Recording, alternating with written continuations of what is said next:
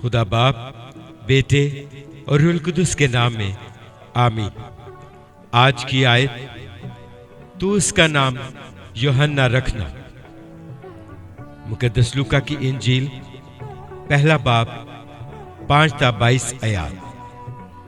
यहूदिया के बादशाह हेरोदिस के जमाना में अबिया के फरीक में से जिक्रिया नाम एक काहिन था और उसकी बीवी हारून की औलाद में से थी और उसका नाम अलिशबा था।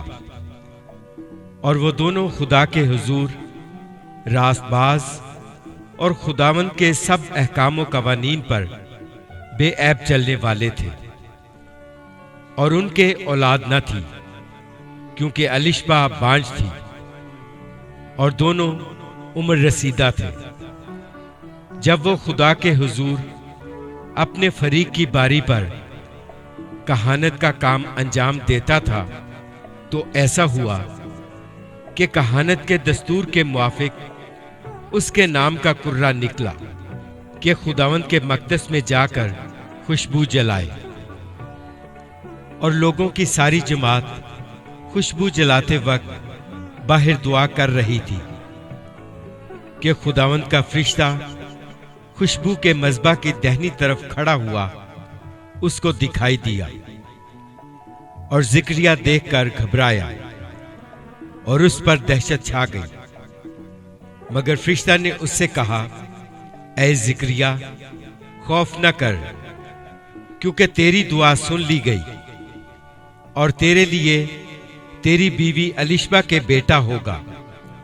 तू उसका नाम यूहन्ना रखना और तुझे खुशी और खुर्मी होगी।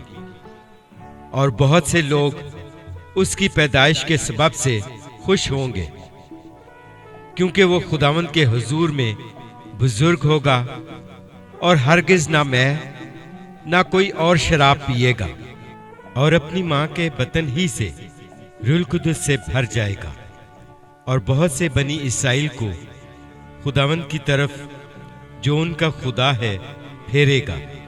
और वो एलिया की रूह और कुव्वत में उसके आगे आगे चलेगा कि वालिदों के दिल औलाद की तरफ और नाफरमानों को रास्तबाजों की दानाई पर चलने की तरफ फेरे और खुदावंद के लिए एक मुस्तैद कौम तैयार करे। जिक्रिया ने फरिश्ता से कहा, मैं इस बात को किस तरह जानूं, क्योंकि मैं बूढ़ा हूं और मेरी बीवी उम्र रसीदा है। फरिश्ता ने जवाब में उससे कहा, मैं जिब्राइल हूं जो खुदा के हुजूर खड़ा रहता हूं और इसलिए भेजा गया हूं कि तुझसे कलाम करूं और तुझे इन बातों की खुशखबरी दूं।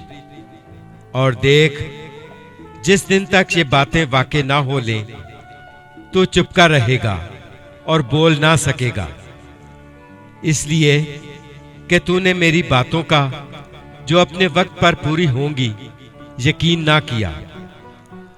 और लोग जिक्रिया की राह देखते और तअज्जुब करते थे कि उसे मकदस में देर क्यों लगी। जब वो बाहर आया तो उनसे बोल ना सका, बस उन्होंने मालूम किया कि उसने मकदस में रोया देखी है। और वो उनसे इशारे करता था और गूंगा ही रहा। इंजील मुकद्दस के वसीला से हम सब की खताएं मिटाई जाएं। आमीन।